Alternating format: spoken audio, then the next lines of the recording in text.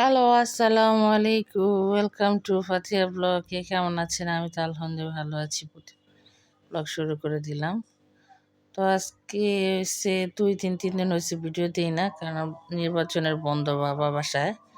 এই যে বড় কাজের চাপে বেশি ভিডিও আপলোড করতে পারি না সময়ের জন্য।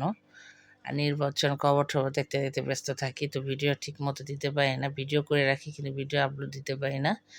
যাই হোক, এই তো মেয়ের বাবাই দেখেন সেদিন বাজার থেকে কিনে আসে ফ্রোজিং পরোটা নিয়ে আসছে দুই প্যাকেট। মানে আমার আর ভাজতে হবে না, এখানে ভাজবো আর নাস্তা খাবো।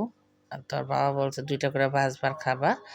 বেলা বলি ঝামেলা শেষ, 550 টাকার রুটি কিনে নিয়ে আসছে আমার জন্য, যাতে আমার কষ্ট না হয়, এর জন্য যেন বানাইতে না হয়। তো এখন আজকে আর খাবো। আর এই তো এখানেও মেয়ের জন্য এনার্জি বিস্কুটের প্যাকেট নিয়ে আসছে, যেহেতু মেয়ে এনার্জি বিস্কুট অনেক পছন্দ করে। তো একবার কার্টুন নিয়ে আসছে, কতদিন আগে বিস্কিট আনছে সেগুলো খেয়ে ফেলছে। তো এবার বড় কার্টুনে নিয়ে আসছে, যেহেতু মেয়ে পছন্দ করে। তো ছোটোগুলো ছিল না, বড়গুলোই ছিল, এগুলো নিয়ে আসছে। যেহেতু মাদ্রাসা যাবো, অনেক এনার্জি বিস্কুট ছাড়া কিছু খেতে চায় না। তো বাবা বিস্কিট নিয়ে আসছে ওর জন্য, এনার্জি বিস্কিট বড় বড় প্যাকেট। তো এটা খুললাম, কারণ মেয়ের আজকে বিস্কিট দিব। আমি এনার্জি বিস্কিট দেখে তো অনেক খুশি, তো আজকে খুললাম কার্টুনটা। তো বের করতেছিলাম, কয় পিস আছে দেখতেছিলাম। এগুলো এখন গোছায় রাইখা দিব, এই বাক্সতেই থাকবে, বের করব না। একটা খাবে, একটা বের করব, একটা খাবে। এই তো যাই, ওটা গোছায় রাখি। বাবা গেছে বাজারে। তো এই তো আজকে পহেলা ফাগুন, তো আমার জন্য ফাগুনের ভালোবাসা নিয়ে আসছে। তো আমি হাজব্যান্ডে বলছি, সে কখনো ফুল টুল আমাকে দেয় নাই, 7 বছরের বিয়ে হয়েছে আমার, লজ্জা পায় ফুল টুল দিতে। তো এবার নিয়ে আসছে, বলছি যেদিন যে তুমি আমাকে তোমাকে তো আমি এইভাবেই ভালোবাসি, তোমাকে কীভাবে ফুল দিতে হবে কেন? তো বাবা এগুলো লজ্জা পায়, এগুলো ভালোবাসে না, পছন্দ করে না। তো কি মনে করে এবার নিয়ে আসছে পয়লা ফাগুনের ভালোবাসা আমার হাজব্যান্ড আমাকে দিয়েছে তার তরফ থেকে। যাই ফুলগুলো পানিতে একটা গ্লাসের ভিতরে রেখে দিলাম, এত ভালোবাসা যত্ন করে নিয়ে আসছে। তো রেখে দিছিলাম, বাইরে গেছে নাস্তা নিয়ে আসতে গেছিলো, ফুল পাইলো তাজা তাজা আমার জন্য নিয়ে আসছো। তো এখানে যে ফ্রোজেন পরোটা গরম করছি, মুরগির মাংস গরম করছি, তারপর ডিম পোস্ট করছি, চা বানাইছি। তো এগুলা নাস্তা খাবো, নাস্তা খেয়ে কাটাকুটা করলাম।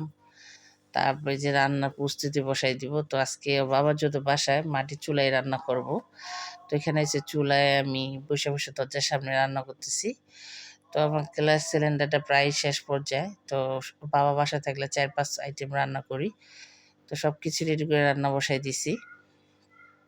তো রান্নাগুলো আপনাদের মাঝে শেয়ার করলাম না, কারণ এক হাতে মোবাইল, এক হাতে রান্না করতে অনেক কষ্ট হয়ে যায়, এর জন্য আর মানে পুরাটা দেখাইলাম না। আর এই তো, আর মেয়ে তো ঠিকমতো মোবাইল ধরতে পারে না, এই জন্য ভিডিও করতে পারি না ঠিকমতো। নিজে যা করি ভিডিও অত সুন্দর হয় না। তো রান্না বাড়া তো শেষ, অলরেডি খাওয়া দাওয়া শেষ করব। তো যেহেতু ওর বাবা বাসায় নির্বাচনের বন্ধ, তো এখানে এসে মূলা দিয়ে, শুটকি দিয়ে, আলু দিয়ে রান্না করছি, টমেটো টক রান্না করছি, ডিম ভুনা করছি, করলা ভাজি করছি, আর মুরগির মাংস ছিল গতকালকে। এই তো এই বাবা ভাত খাচ্ছে, মেয়ে হাত দিয়ে ভাত খাচ্ছে। তো আমরা খাওয়া দাওয়া করতেছিলাম দুপুরের, এই তো একসাথে। তারপরে যদি বাবা বাসায়, তো বিকালে এই যে মেয়ের জন্য, মেয়ের বাবার জন্য যে নুডলস, সবজি দিয়ে নুডলস রান্না করলাম, তো খাবো।